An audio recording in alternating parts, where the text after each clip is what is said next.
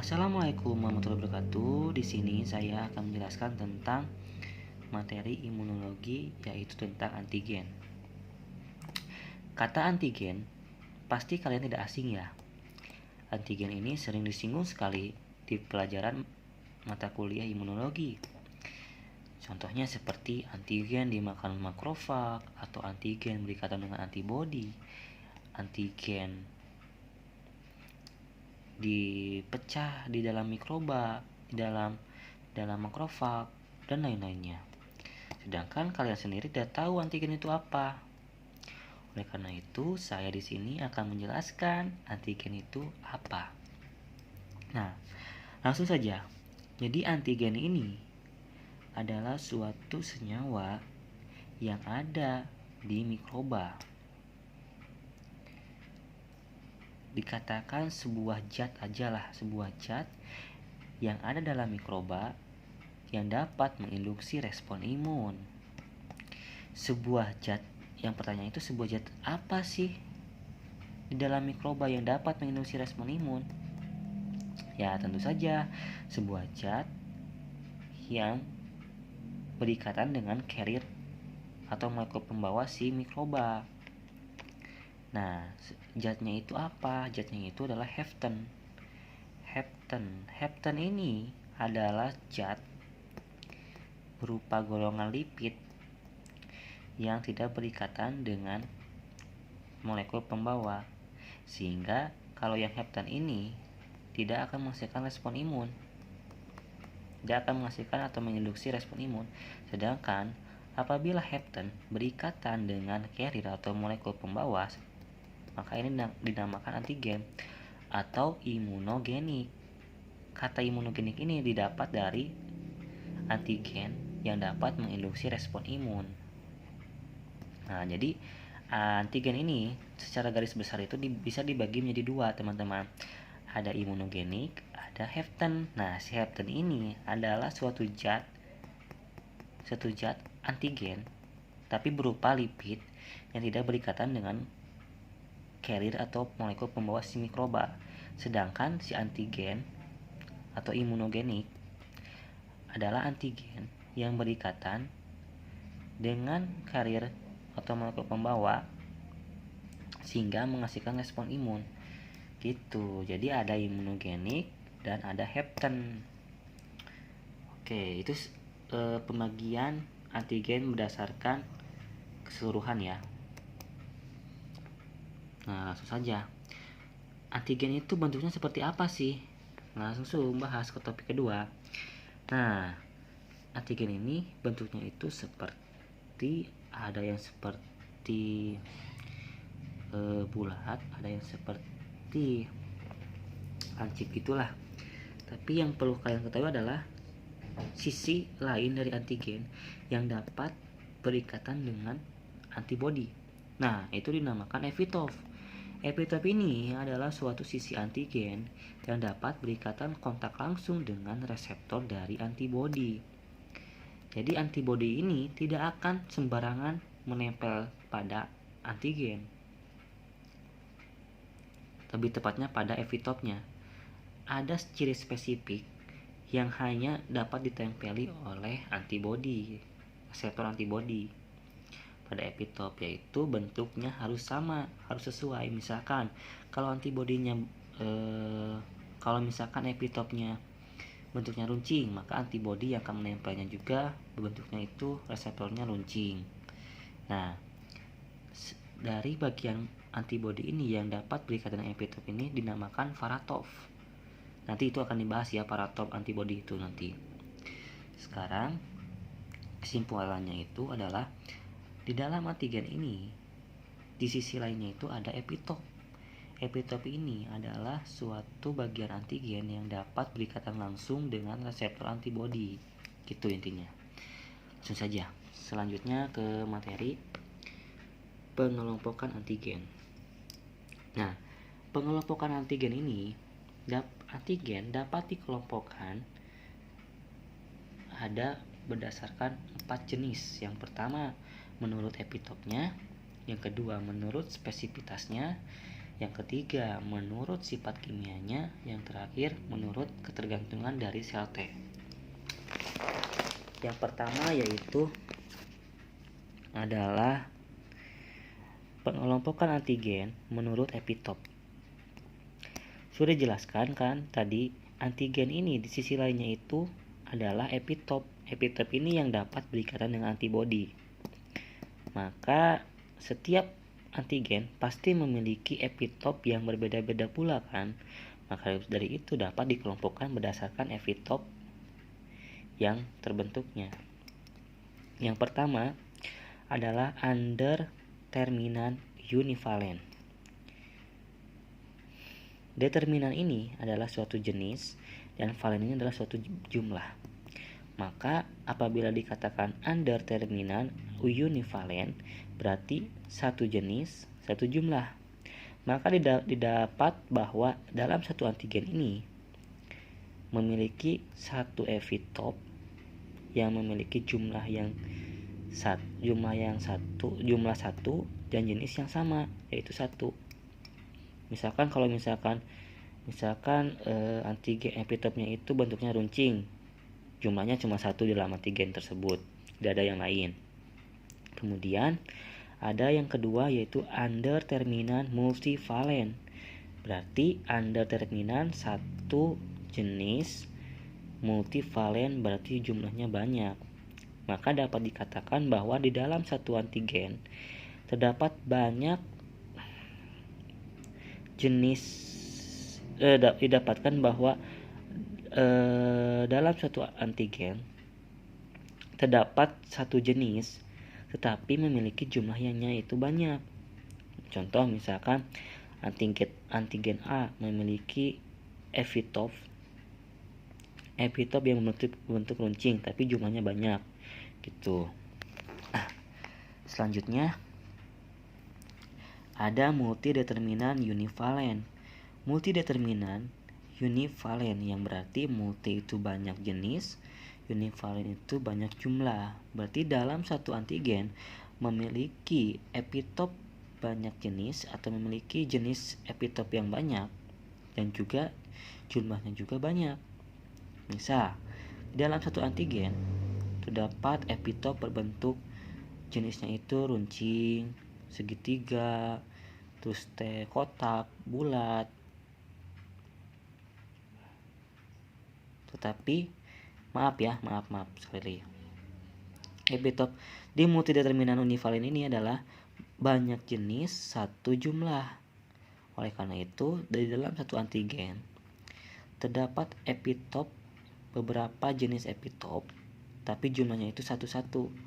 Misal, antigen A memiliki epitop jenisnya itu ada runcing, bulat, terus kotak dan lain-lain, tapi jumlahnya satu-satu gitu. Satu runcing, satu bulat, satu kotak gitu. Selanjutnya ada yang terakhir adalah multideterminan multivalen. Multideterminan berarti jenisnya itu banyak dan multivalen itu berarti jumlahnya juga banyak. Beda halnya tadi, jadi jenisnya banyak tapi jumlah cuma satu, sedangkan yang ini jenisnya banyak, jumlahnya banyak, sehingga di dalam satu antigen terdapat beberapa epitop jenis berbeda dengan jumlah yang banyak pula, gitu intinya. Oke. Jadi intinya dari antigen menurut epitop ini, pengelompokan antigen berdasarkan bentuk dan jumlah jenis dan jumlah epitop pada antigen gitu. Selanjutnya ada antigen menurut spesifitas. Nah, spesifitas ini berdasarkan ciri khas antigen. Nah, jadi antigen menurut spesifitasnya itu adalah antigen yang memiliki ciri khas tertentu pada penempatannya gitu. Yang pertama adalah hetero antigen. Hetero yang berarti banyak kan.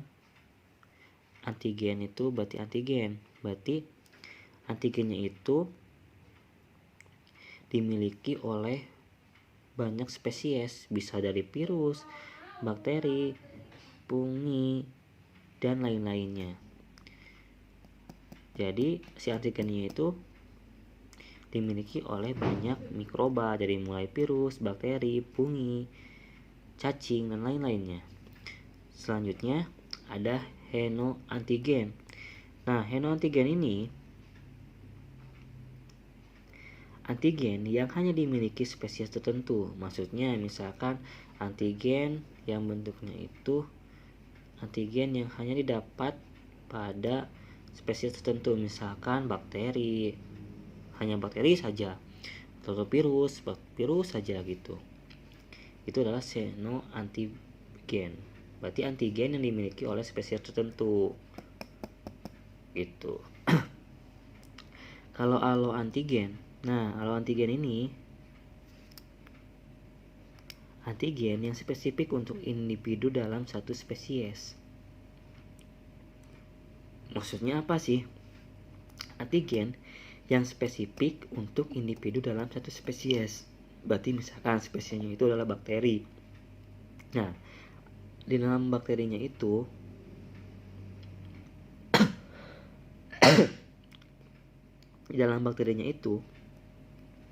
hanya untuk golongan kokus, bentuk kokus misalnya gitu. Jadi antigennya itu hanya pada bakteri yang berbentuk kokus, misalkan E. coli gitu. Nah, kalau yang henoantigen ini misalkan untuk spesies tertentu, berarti misalkan bakterinya itu bakteri gram positif atau gram negatif gitu. Nah, selanjutnya ada antigen organ spesifik. Antigen organ spesifik ini berarti antigen yang melekat pada mikroba dengan organ tertentu gitu. Maksudnya gitu. Selanjutnya ada autoantigen. Nah, autoantigen ini antigen yang berada dalam tubuh kita sendiri. Contohnya seperti antigen pada DNA, antigen pada jaringan kornea, antigen tiroglobulin. Nah, gitu. Selanjutnya pembagian antigen menurut sifat kimia. Nah, sifat kimia ini sangat menarik nih. Polisakarida. Polisakarida ini merupakan karbohidrat dengan tingkat yang lebih kompleks. Contohnya gabungan antara polisakarida itu berarti gabungan antara karbohidrat dengan senyawa kompleks lainnya seperti protein, lipid, dan lain-lainnya. Nah, jenis polisakarida seperti apa sih yang sering disebut antigen? Nah, polisakarida jenis ikatan antara karbohidrat dengan protein.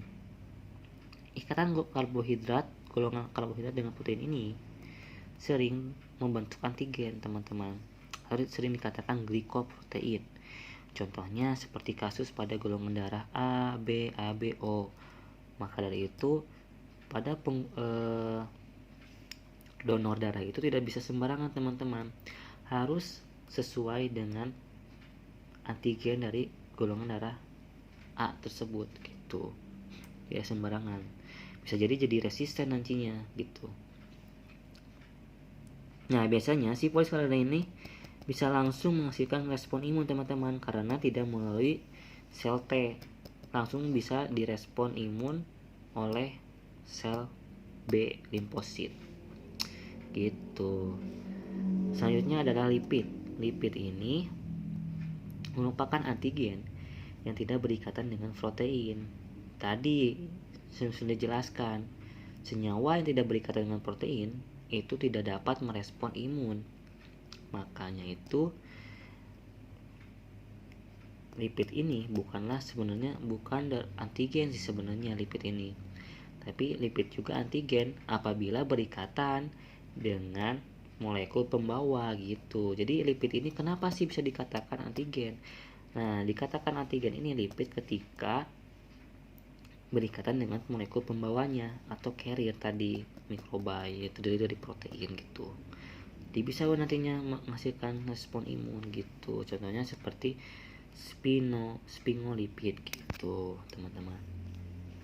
Selanjutnya ada asam nukleat. Nah, asam nukleat ini sama halnya seperti lipid, tidak dapat menghasilkan respon imun apabila tidak berikatan dengan molekul pembawanya, yaitu carrier. Tetapi bisa menghasilkan respon imun apabila berikatan dengan molekul pembawa carrier atau protein. Nah, contoh seperti apa sih kasusnya? Seperti respon imun terhadap DNA penderita LES gitu. LES. Selanjutnya adalah protein. Nah, dari ketiga tadi yang sudah jelaskan, bahwa dapat disimpulkan protein sangat berperan dalam pembentukan antigen yang dapat menghasilkan respon imun. Oleh karena itu, antigen golongan protein ini tentu dapat menghasilkan respon imun. Nah, hanya saja golongan antigen protein ini harus berikatan dengan sel T terlebih dahulu supaya bisa dieliminasi. Beda halnya dengan yang ini, bisa langsung dieliminasi oleh sel B limfosit gitu. Protein ini umumnya multideterminan dan univalen, berarti banyak jenisnya dan hanya satu jumlahnya gitu. Selanjutnya, yang terakhir, ada pembagian antigen menurut ketergantungan sel T atau limfosit. Nah, antigen ini kan dalam proses yang tadi video sebelumnya itu dapat dikenali oleh sel T ya. Maka dari itu, pembagian antigen ini dapat dikelompokkan berdasarkan ketergantungan sel T untuk mengeliminasinya gitu. Dibagi menjadi dua, ada T dependent dan T independent. Berarti dependent itu tergantung sel T, independent itu tidak tergantung pada sel T. Contohnya seperti golongan protein tadi. Nah, antigen golongan protein ini dapat dieliminasi apabila dimakan terlebih dahulu oleh makrofag ya, difagositosis, kemudian dipresentasikan oleh MHC kelas 2, kemudian baru dipresentasikan oleh sel T. Nah, kasus T dependent ini apabila presentasi sel T ini tidak dilakukan, maka tidak akan tereliminasi si golongan protein ini. Maka golongan protein ini apabila presentasi sel T ini tidak berjalan, maka tidak dapat dieliminasi gitu intinya. Sedangkan kalau T independent ini sebaliknya. Contohnya seperti golongan polisakarida tadi yang ini. Golongan polisakarida langsung bisa dieliminasi oleh adanya limfosit B yang mensekresikan antibodi. Kemudian antibodi ini akan melekat pada antigen, dapat diekspresikan gitu, dieliminasi. Jadi kesimpulannya itu dari yang 4 ini, atau antigen menurut ketergantungan sel T ini dapat digolongkan berdasarkan ketergantungan sel T dalam mengeliminasinya. Jadi ketergantungan antigen berdasarkan sel T untuk mengeliminasinya gitu. Ngerti gak? Jadi si antigen dependent ini tidak dapat dieliminasikan apabila si proses sel T ini dalam presentasikannya tidak berjalan dengan lancar. Beda hanya dengan ini. Ini tidak, misalkan kalau presentasi sel T-nya itu tidak lancar juga, bisa langsung ke limfosit tipe TB, limfosit B, karena tidak perantara sel T gitu, perantaranya oleh limfosit B gitu. Jadi apabila presentasi sel T-nya tidak berjalan juga, kalau yang golongan independent polisakarida ini tetap berjalan mengeliminasinya dalam tubuh. Kalau yang ini tidak dapat berjalan eliminasinya apabila si presentasi sel T ini tidak berjalan dengan lancar gitu. Nah, jadi pada intinya bahwa antigen ini terletak pada bagian permukaan mikroba yang berbentuk macam-macam. Nah, sisi lain dari antigen ini adalah epitop. Nah, epitop ini yang akan berikatan dengan antibodi. Nah, berikatan dengan bagian antibodi apa? Yaitu paratop gitu. Nah, si epitop ini bentuknya itu berbeda-beda. Ada tadi yang under determinan univalen, ada multi determinan univalen, ada under determinan multivalen gitu. Jadi antigen ini adalah suatu bagian dari mikroba ya, yang dapat berikatan dengan antibodi yang nantinya akan membentuk respon imun gitu.